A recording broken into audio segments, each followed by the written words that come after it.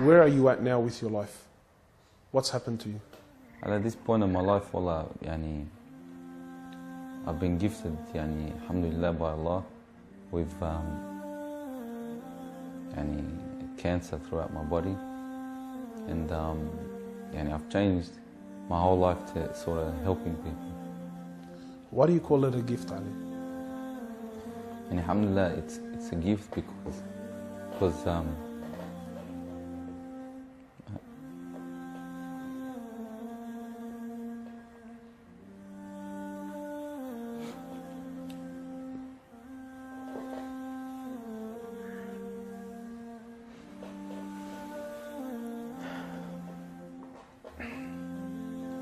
and it's a gift because Allah's given me a chance to change. What has having cancer, what has it opened your eyes to?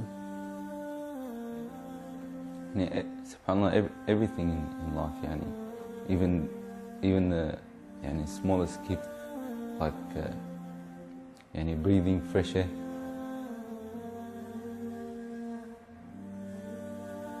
Do you feel like you used to take that for granted before?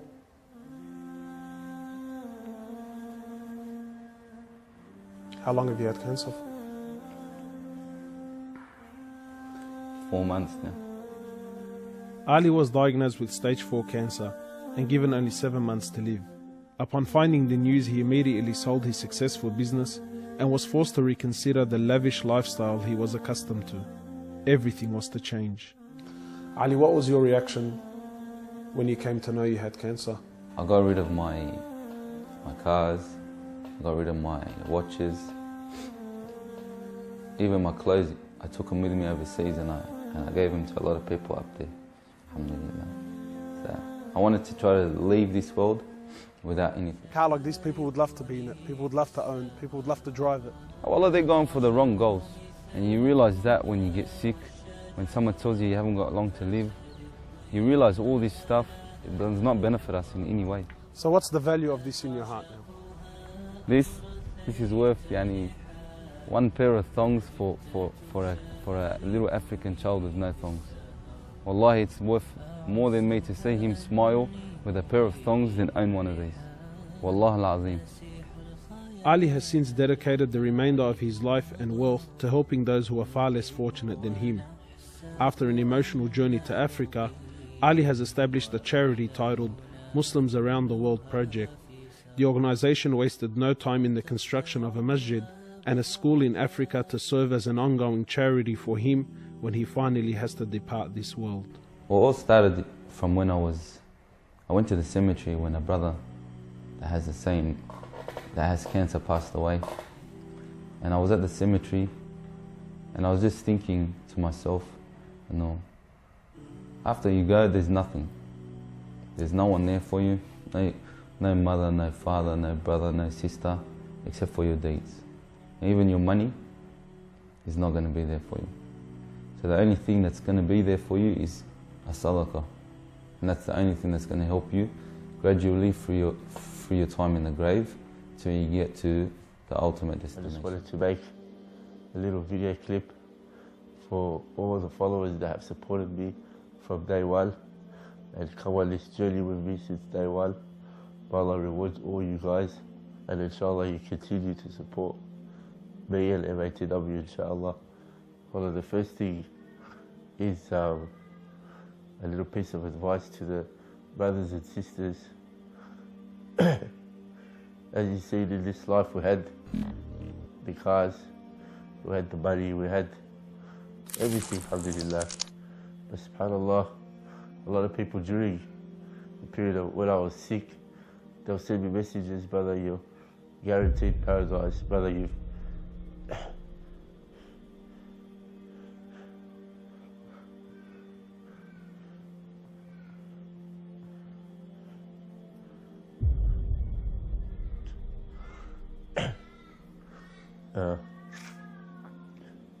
brother, you've done so much for the community, for the ummah, but subhanAllah, this, it's not worth just the simple blessing that Allah subhanahu wa ta'ala has given us.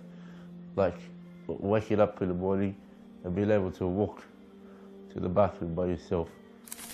So these things slowly got stripped away from me during the last of my life, alhamdulillah. Wallahi, some of us don't get that chance from Allah subhanahu wa ta'ala to know when we're going to pass away. Some of us, and a lot of us, just pass away suddenly. You've heard many stories where brothers and sisters have died in clubs or overdosed, or whatever it is, subhanallah. So during your life, brothers and sisters, just try to have a goal, try to have a plan, try to have a project that you work towards. Even if it's not you personally doing it and you're funding someone else's projects, just do something, because wallahi, you're going to need it on the day of judgment. And for the brothers and sisters that are chasing this life, one of my advice to you guys is, this life is becoming, before we used to say 5 years ago, 10 years ago, certain things were happening. Now it's every month things are changing. Wallah, we're following our desires more than we're following Islam these days. We're just going to be careful, because wallah, it's not a joke anymore. Our kids are getting affected. Everyone's getting affected. Wallahi, sometimes I used to just sit on my bed and cry, because I just wanted that support from people. And then subhanAllah, Allah subhanahu wa ta'ala brings you people that you've never thought they'll be a part of your life, or friends, or you didn't even know they existed. When I used to travel, I used to meet certain people. A lot of them actually went out of their way to come all the way from Dubai or the UK or wherever it was, to come to actually visit me when I was sick or in hospital. Or that's love for the sake of Allah subhanahu wa ta'ala. No photos, no nothing like that. Just come to visit. 14-hour flight just to see if I'm okay, subhanallah. So for the people that are out there that are sick or worried or stressed, come on, I say to you people, don't worry. Allah subhanahu wa ta'ala will send you people that you've never expected if you really need someone. You just have to have trust and tawakkul in Allah subhanahu wa ta'ala. So a little advice for everyone out there. Inshallah, if you can inspire 1, 2, 3 people to do something, remember when you're in that grave, inshallah, then you'll be getting rewarded for everything they've done, for all the people they've brought to Islam, and inshallah that'll help on the day of judgment. So always try to have a project or a plan that you're working towards in this life, inshallah. Inshallah that'll help us in our grave and the hereafter. Jazakallah khairan wa assalamu alaikum. I ask Allah subhanahu wa ta'ala to make him from among his awliya'i as-salihin. Ameen, ameen, Allahumma ameen. Yani, if you looked at his life towards the end of it, he achieved 3 things in his life, 3 things. Number 1, he achieved this cancer that Allah subhanahu wa ta'ala blessed him with. He himself considered it a gift of 3 years. Bi-idhnillah, that cancer of 3 years, its effect is that it would have, bi-idhnillah ta'ala, washed and cleansed his heart and soul from the sins that he had done in the past. That's the 3 years of cancer, it would have worked for that, inshallah. Number 2, he achieved that he established a project in his life before his death, which was the MATW project, Muslim Around the World project, which we all know about it. He established it, and we ask Allah Azza wa Jal that becomes a sadaqah jariyah, an ongoing charity for him. Ameen. Basically, an ongoing charity means that it's a river of hasanat for him as he is in his grave. He sits down, he doesn't do anything. As long as people are benefiting from his project, as long as people are being fed by his project and looked after, as long as it exists, to bi-idhnillah, it's got a long way for its existence.